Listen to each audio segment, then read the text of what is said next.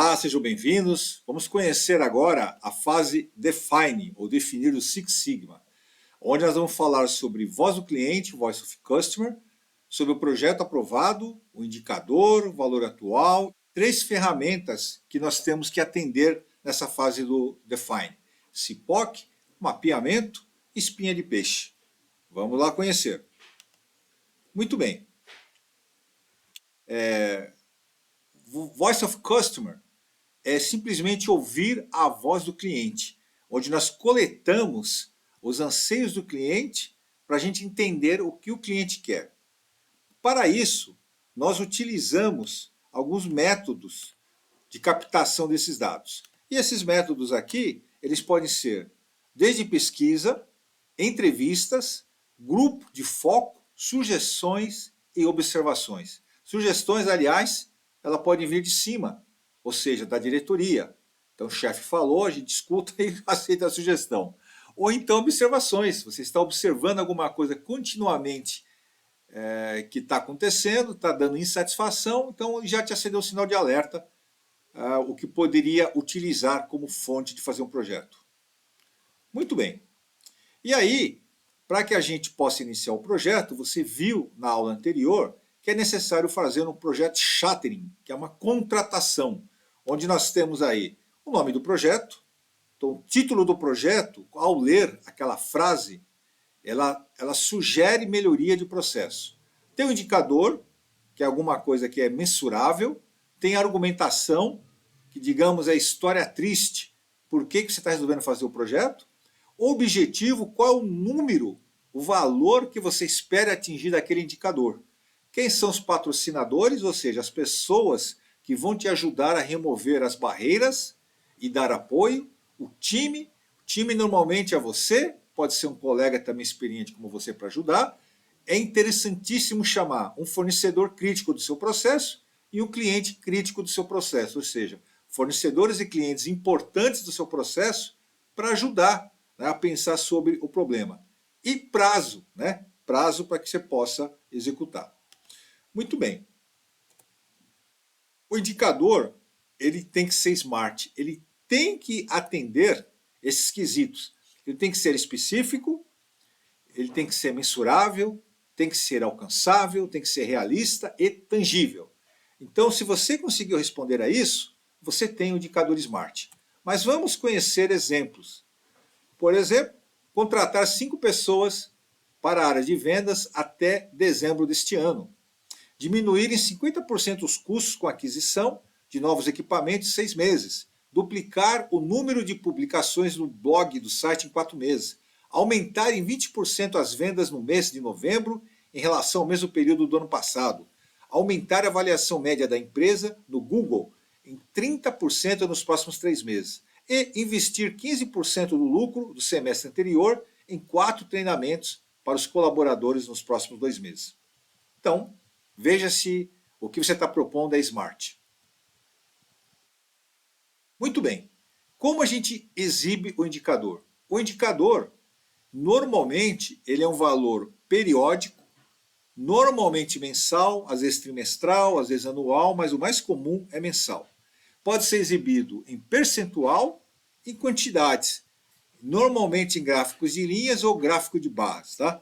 Então esse é o mais comum de a gente mostrar o comportamento do nosso indicador. E aí, a primeira ferramenta que a gente entrega é o CIPOC, ou CIPOC em inglês, né? Onde nada mais é do que uma lista, não é um fluxograma. Ele tem uma lista de fornecedores que você precisa para o seu processo, as entradas que você recebe, as principais etapas que executa no seu processo, as saídas ou resultados ou entregáveis do seu processo e quem são os clientes que receberá essas informações. Então ele não conta uma história, ele conta uma relação. É um jeito rápido de você ter uma ideia do que compõe a área, que faz a área. Então, vamos nos exemplos aqui. Receber nota fiscal, validar a nota, lançar nota fiscal no sistema e pagar a nota fiscal. Para fazer isso, você precisa, como entrada, nota fiscal, informações de cadastro, manual de recebimento, nota fiscal validada e nota fiscal lançada. de quem? Quem são os fornecedores? Fornecedor de peça, área comercial, contas a pagar. Bom, quando você faz esse processo, o que eles esperam de você? Esperam que a nota fiscal seja recebida, que seja validada, seja lançada com a data do pagamento e que seja pago. Quem são os clientes desse seu processo? Os clientes desse seu processo que esperam que se realize é a área comercial, áreas de contas a pagar e o fornecedor de peças. Então esse é um exemplo de um CIPOC. Então, vamos ver mais exemplos aí. Folha de pagamento. Eu vou calcular a folha de pagamento. Para isso, preciso de apontamento de horas, taxa de impostos e salário. De onde vem? Dos funcionários, que apontam as horas, do fiscal, que me dá a taxa, e o RH, que me dá o salário. E o que eu gero como saída de entregável do que eu faço? Depósito da folha de pagamento e o arquivo para contabilização da folha. Quem é o cliente desse meu processo? Os próprios funcionários e a contabilidade. E esse outro exemplo aqui? Fazer uma pizza. Então, eu preparo a massa, adiciono o molho, ponho o queijo, ponho os ingredientes por cima e asso no forno e retiro.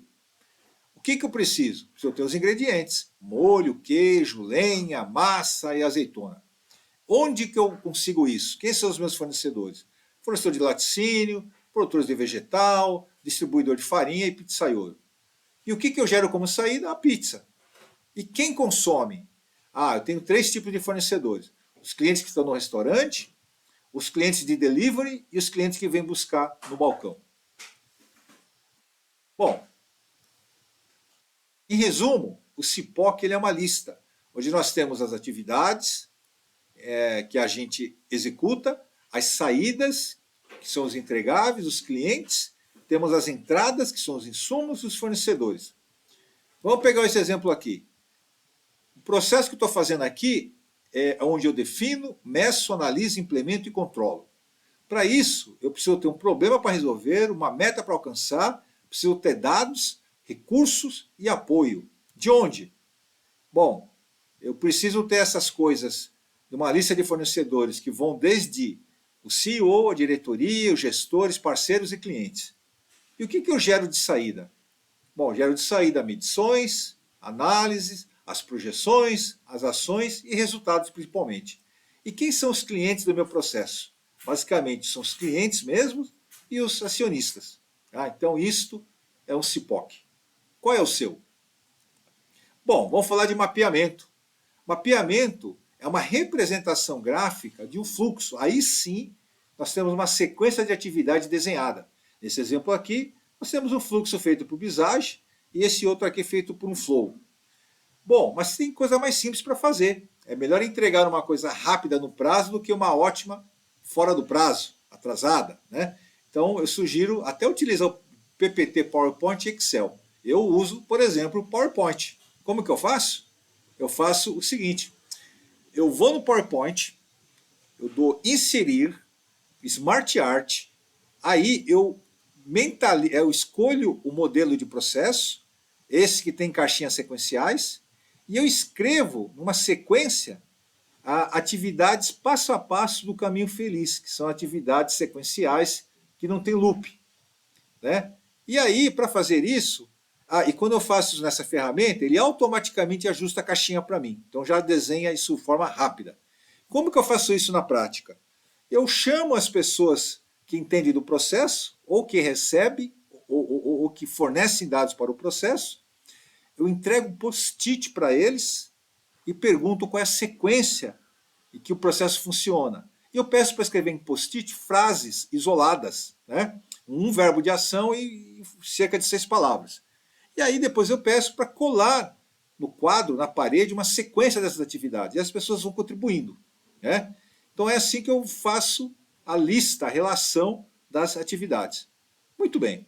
Então, eu pego, e normalmente quando o processo é grande, por exemplo, financeiro, processo financeiro você tem contas a receber, que é para saber se os clientes pagaram, contas a pagar, para saber se as contas que você iria pagar fornecedores, taxas e governo, você tem fundos, você tem a conciliação, para saber se algo escapou, e tem o planejamento para o fluxo de caixa, né, para prever se vai ter dinheiro no futuro, né? Então, cada um desses é um macro, e no macro eu então explodo, porque senão, se eu escrever tudo de uma vez, fica um processo muito comprido, né, muito grande, né? Então fica complexo. Então eu aconselho fazer processos assim, né? Pedaços para que você entenda de uma forma fácil. Assim como eu fiz para essa primeira etapa, pode fazer para a segunda, eventualmente para uma terceira. Muito bem. E aí, nós temos a última ferramenta que eu quero falar do Define, que é a espinha de peixe. A espinha de peixe, conhecido também como diagrama de Chikawa, é uma ferramenta que ajuda a estruturar ideias, faz um brainstorm, né? Então, ele tem um desenho assim. Tem uma cabeça, cabeça do peixe, que a gente chama, onde nós colocamos o problema que nós estamos enfrentando, e nas espinhas, temas das variáveis que podem nos afetar. E a mais comum é o 6M que a gente chama, né?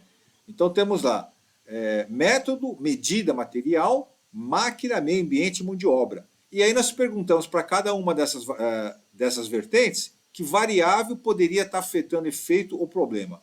Vamos ver exemplos para ficar mais fácil. Exemplo, estou com falta de tempo.